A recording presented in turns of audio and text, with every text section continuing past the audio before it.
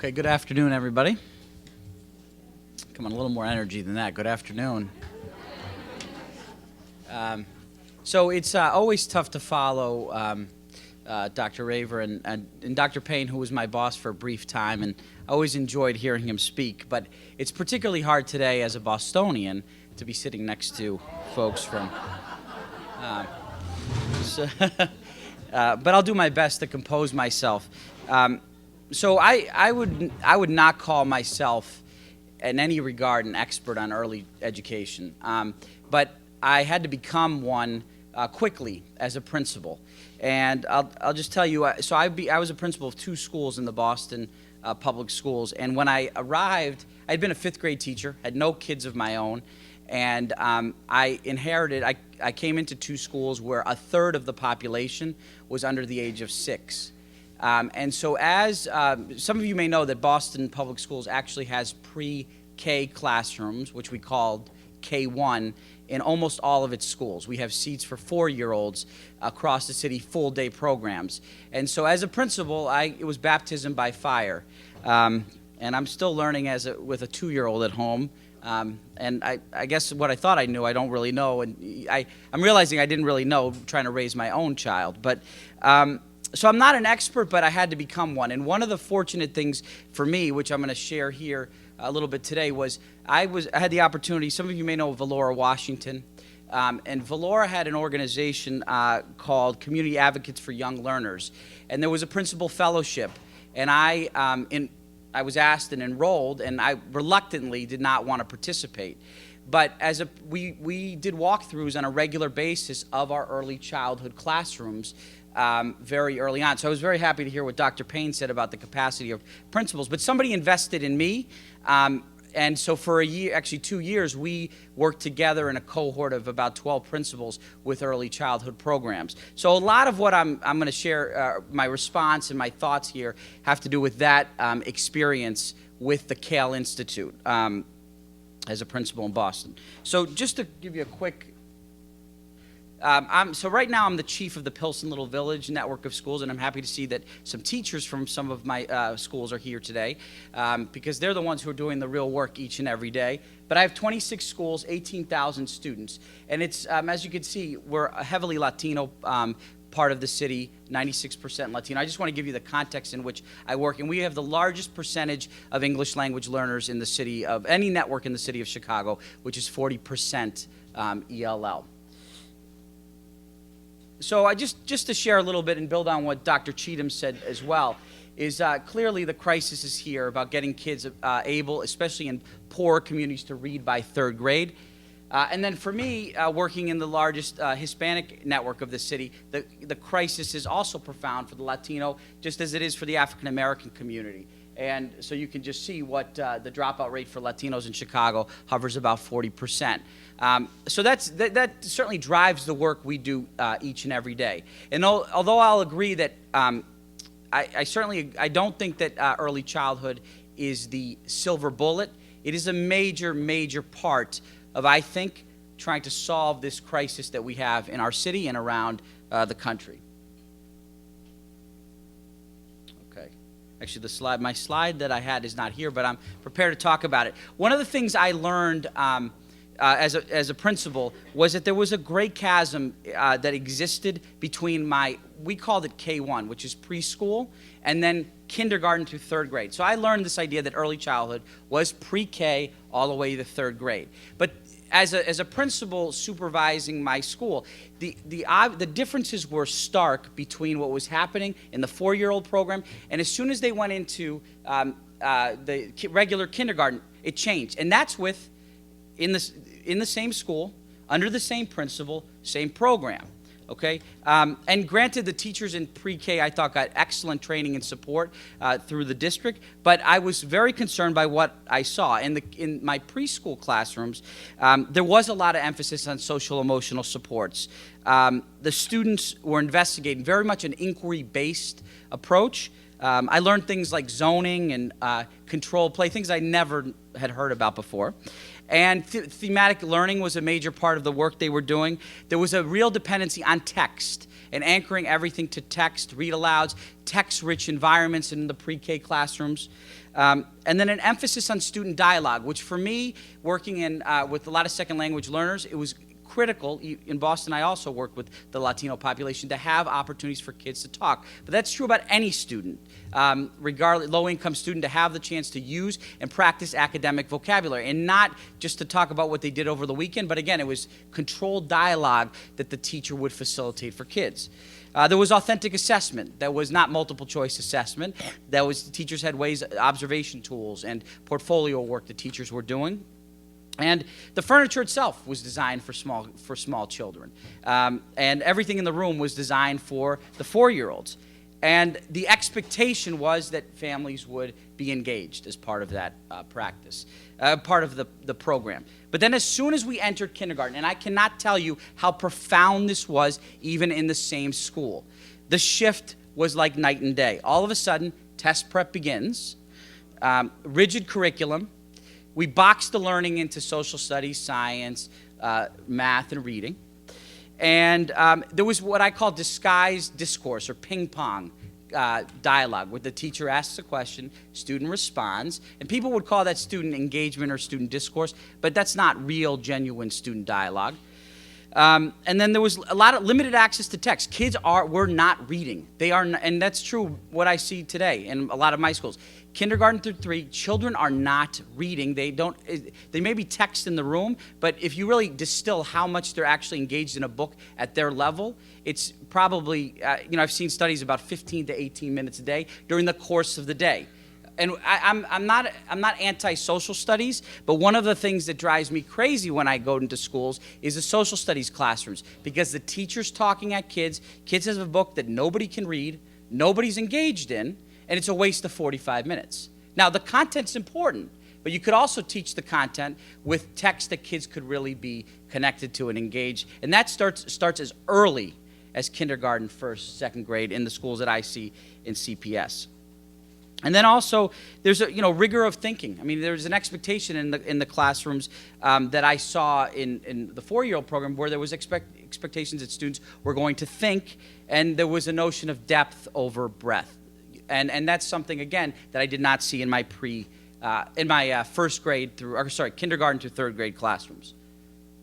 So this is just to talk about the shift with the Common Core. I'm not going to belabor this. This is what the Common Core standards are. But I do think the new standards provide an opportunity for us. I know a lot of people say that it's, that it actually represents a challenge for early education teachers and for early educators, but I actually think it presents a really exciting opportunities. I'm going to tell you why. So if you really look and you study, and now we're becoming consumers of the Common Core, really trying to understand what it means. And if you read it one time, or you just look at it casually, you will not understand what it actually means. And the more that I read the standards, and I think I have the app on my iPhone now, so as I go to bed, I look at it. But but the more you get familiar with it, the more you begin to understand the potential that it does have in terms of getting kids where we need them to be by the end of 3rd grade. And it's very much it builds on what I saw were great practices in a 4-year-old, in the preschool programs I saw, which is this idea that reading instruction happens throughout the school. It happens across grade levels and content areas. It's not content specific. This idea that standards, that inquiry-based pedagogy matters, that's embedded in the Common Core. That language learning has to be purposeful and has to be anchored in big ideas and text, that's also in the Common Core. That student tasks and what students do is not worksheets and just filling in blanks, but it always has to be connected to some text. When I would go into my 4-year-old classrooms, my pre-K classrooms, kids were engaged in text activities and talking about the read aloud the teacher did, drawing about the read aloud, but it wasn't a worksheet. It wasn't a worksheet. Kids were meaningfully talking about ideas from the story that was read to them by their teacher. The fifth one is important, very important to me. Debate and dialogue are central to content learning. That's in the Common Core.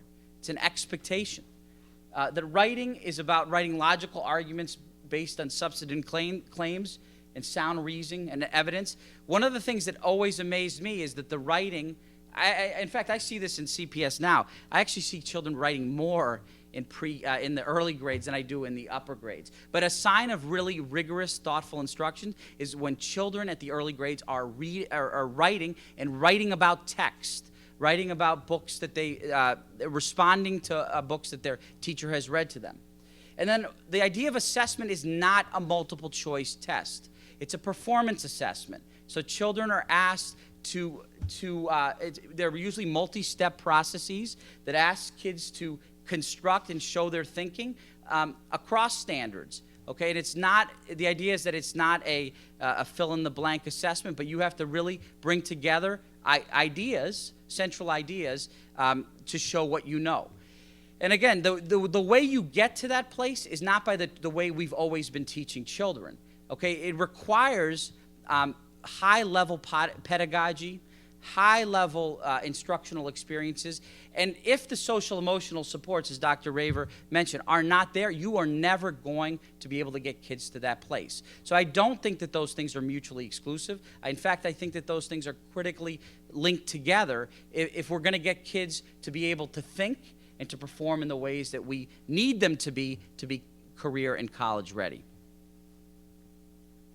And this is just a case study from the Boston Public Schools. And so they looked, when they started pre-K, they relaunched it, I think, in 2006, 2007, and everybody had full-day pre-K. The first cohort of students just recently took the state assessment, the MCAS, which is one of the most strenuous assessments in the state, and a lot of people say is what is sort of the bar that the new Common Core assessment will look like.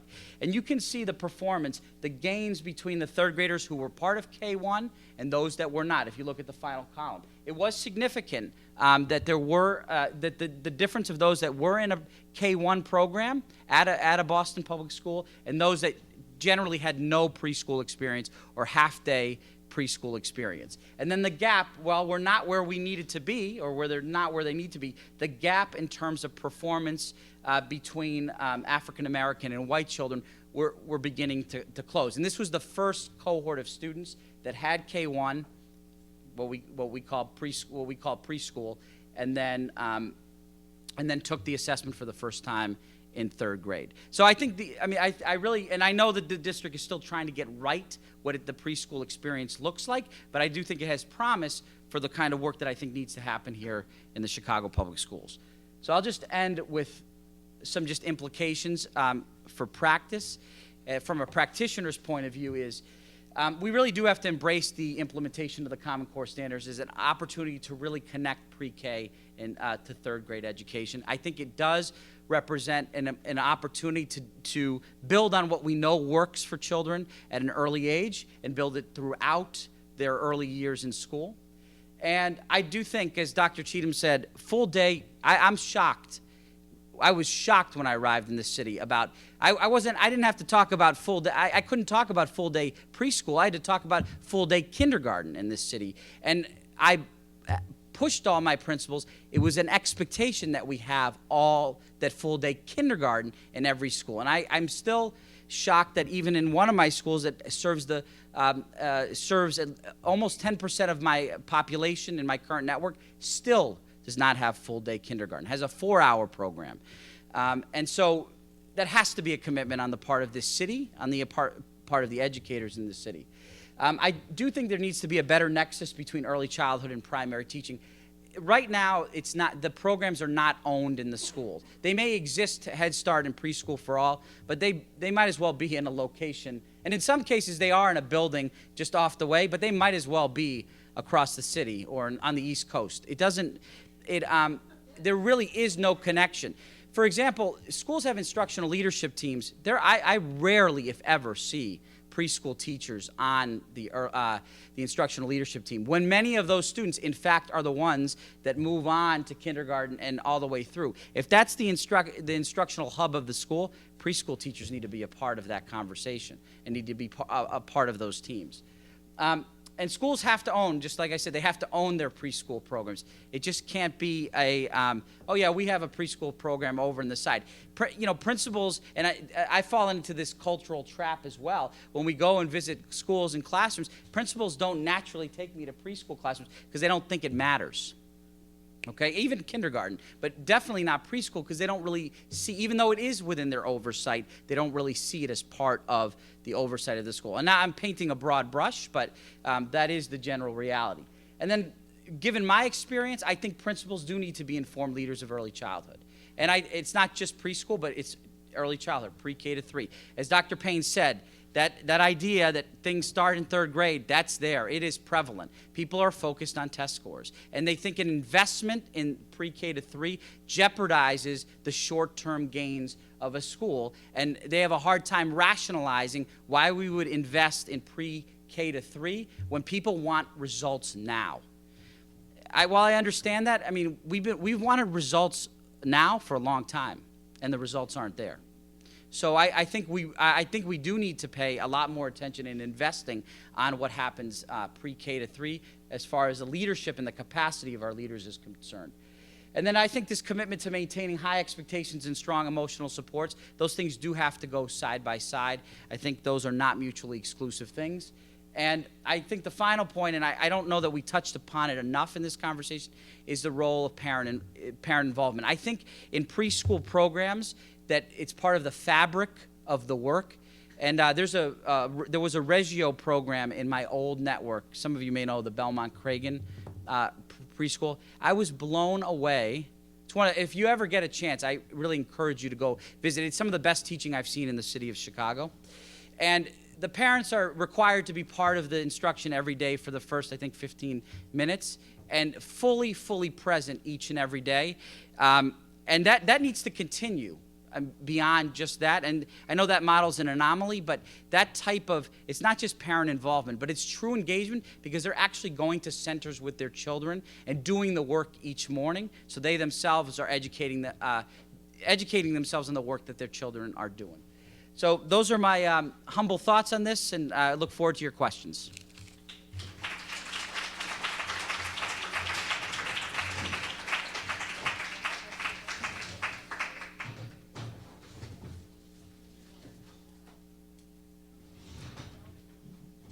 Thank you.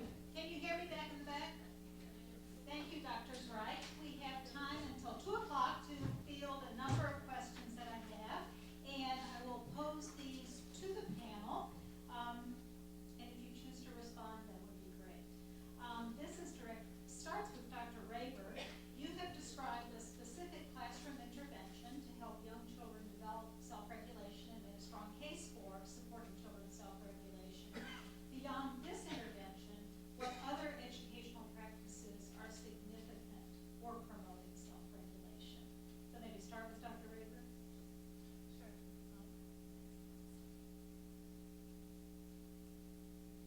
Is it on now? It is on now. Okay. Other practices that support self-regulation, I've recently been honored to be included in a science, the magazine Science, a really nice review written by Adele Diamond of all the different things that support executive function in preschool through school-age programming. And the list is very interesting. Some of it is things that you would anticipate. There are clearly more of the mindfulness and contemplative kind of perspectives on teaching kids to take a meta moment. I don't know if everybody's heard this kind of language, but helping kids to stop and reflect.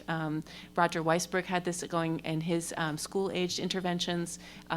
There are many, many interventions that have this idea of helping kids to slow down, take a minute, regulate before trying to tackle an interpersonal problem or trying to tackle a hard academic problem.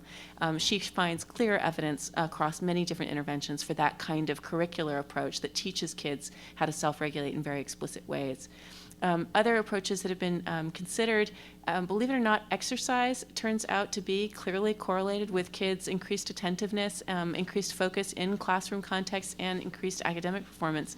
It blows my mind because it's not, I mean, while I personally really love a good run whenever I can get it, it doesn't seem like it's a something to put on the list, but she shows clear evidence across things as diverse as yoga, martial arts, and simply aerobic exercise of increased executive function, increased academic outcomes. So those are sort of the slightly unusual ways of thinking about it. More generally, we've seen really nice evidence out of other interventions that are similar to this one that focus either on a combined socio-emotional curriculum and classroom management, or classroom management alone between classroom and home contexts. So Lori Miller-Brotman has a nice intervention called Parent Core that she's used extensively in Bronx and in Brooklyn with Caribbean and Latino families that's shown amazing outcomes, not only executive function, but on obesity rates. Those kids are actually showing clearly better health outcomes that are really interesting.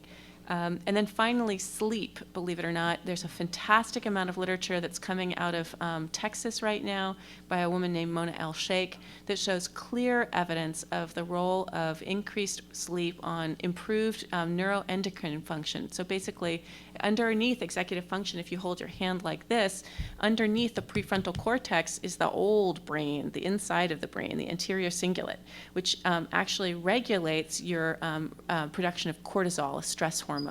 And it turns out that emotions and how you regulate emotions and sleep are all in that old, deeper part of the brain. And that actually influences how you process information, how your memory works, and how you regulate in terms of stress. So it turns out that sleep is really, really important to cortisol function, and cortisol function is really, really important to the prefrontal cortex. So that's a long-winded answer, but hopefully it gives you some directions to go in. Okay, this is for Dr. Payne specifically. Dr. Payne made a very perceptive remark. Poor children and Black children's challenges in school, including the early grades, are not cognitive but social-emotional. What specifically must CPS do now to address the social-emotional challenges children from economically impoverished communities may bring to school? In terms of what's possible to do from a citywide policy perspective, I think one of the things that we should think about, I have never seen data, I don't know, Stephen, if you have, on the access of, how the access of children to out-of-school programs has been changing over time. I know the national data, and it's roughly, and it depends on the kind of program and the age of the child, but roughly, African American and Latino children have about half as much access to after-school activities as they had 10 or 15 years ago across the country, all right? I am sure Chicago is no better than that. We are also very, very clear that if you look at children who are in the 4th grade, the numbers of those children who are doing something after school which will involve supervision by an adult is quite high. If you look at it for freshmen and sophomores in high school, it's going to be a very small minority of the students in the city. And if you look at our most impacted high schools, it's an infinitesimal number, right? So a part of how we can keep kids connected has to do with keeping kids in those kinds of programs in which they are building different kinds of relationships with their peers, as well as having one more. And for a lot of our kids, even from the toughest neighborhoods, a lot of our kids just need one more positive adult in their life, right? Then there are those kids who need a lot more, right? But don't estimate the numbers who just need one or two more folk to keep them connected, one or two more reasons to keep them coming to school. So that's one set of interventions. The other that I have never seen, at least I can't think of it being done at the citywide level, there are a whole set of interventions with Black and Latino. I've seen them done mostly with boys, but that's not necessarily that way. But a whole set of interventions that revolve around the notion of developing the capacity to do social critique in middle school and high school teachers, right? Some ways, those of you who are old enough to remember, the model of this were the freedom schools that came out of Mississippi in the 1960s, which were teaching students to be social activists, and that means you have to understand your role in society. A more contemporary example would be something like Brotherhood Sister Soul in New York. If you go on their website, you can find their liberation curriculum, a significant part of which is asking kids, so what do you mean you're a man? Let's interrogate. What do you mean when you say you're a man? What do you mean when you say something's gay? Why you gotta say that, right? That this, to make them interrogate their taken for granted assumptions about gender. I think actually gender is the single most powerful category. If we can liberate their thinking about that, then thinking about race and ethnicity are relatively easy, right? But teaching students to develop those kinds of social critique skills is another way, I think, to speak to this sense of social disconnection. Any of our other panelists, Dr. Zrike? I'll just say, to build on your statement about out-of-school time, one of the things that schools have not done, again, because of the focus on testing at third and up, the programs for out-of-school time have been reserved for those students. They have not, there have not been wraparound programming in schools in the early childhood grades, pre-K to 3, because of the focus on testing, frankly. And that even if they're programs that do build in social emotional supports, all the intervention and all the support is going to be given to those testing years and not necessarily in the early years. I'll also say that I think with the full day coming in Chicago, it's not just about teaching more, that time could be very well served in a lot of schools depending on what the need is. I think when it comes to, yes, it is classroom dependent, but some schools have placed an emphasis in the kind of instruction and pedagogy that does build social emotional development for schools, and others have not.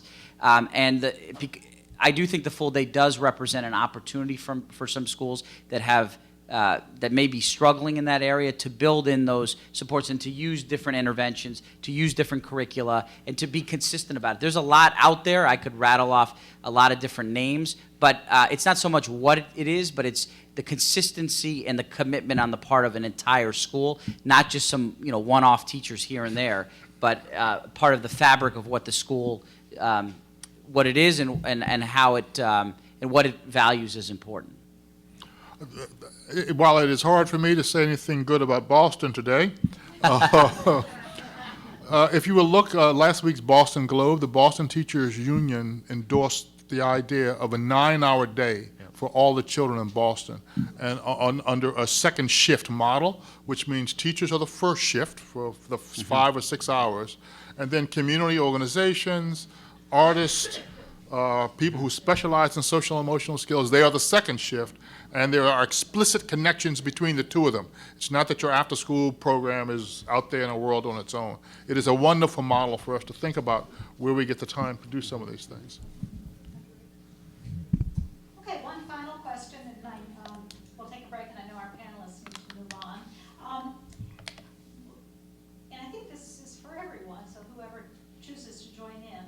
What do the research findings suggest about the connections between, or what the research findings suggest about the connections between social emotional learning and academic gains, as well as the kind of pedagogy Dr. Zrike described as he thought through the Common Core standards? What does all this together suggest for teacher preparation and professional development? I guess maybe a bottom line from each person, perhaps. Well, I teach in a school of education at NYU, and I have to say it's been a little daunting as moving from a school of public policy where we were expected to handle domestic U.S. policy across areas of transportation, education, and social security, for example, to now move into a world of education where math education and reading and social studies education all have their own departments. And I know there's a legitimate reason for that.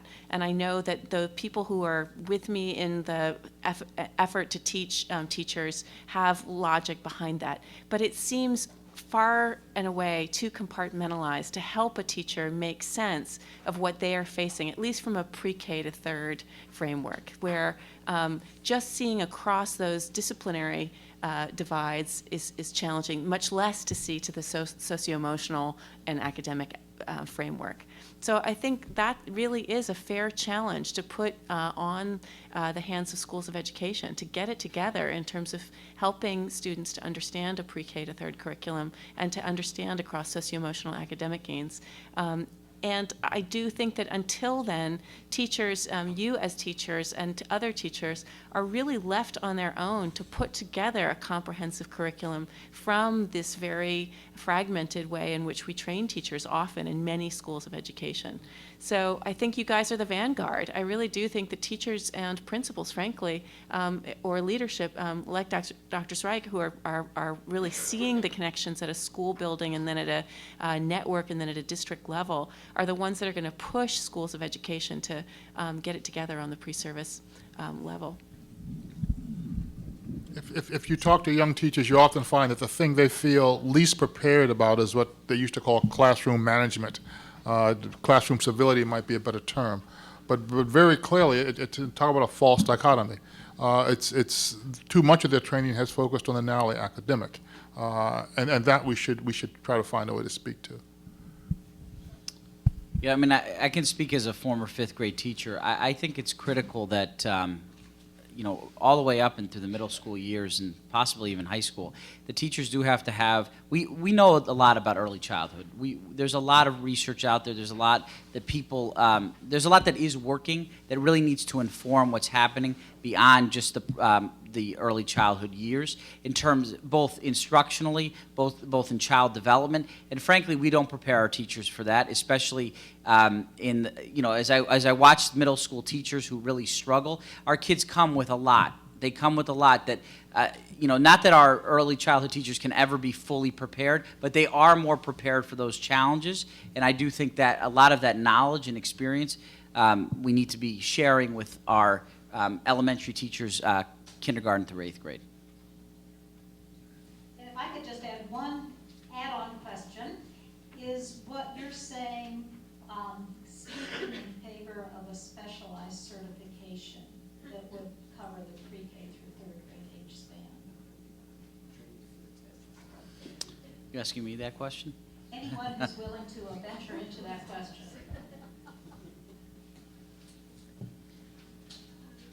I don't know what the current certification situation. I know in Massachusetts that was a certification, pre-K to 3. You know, the challenge with that is, from a practical standpoint, as a principal, it limits flexibility of putting your strongest teachers. Sometimes there are teachers that have that real gift that need to be moved down to the younger grades, and you wouldn't be able to do that in that kind of scenario.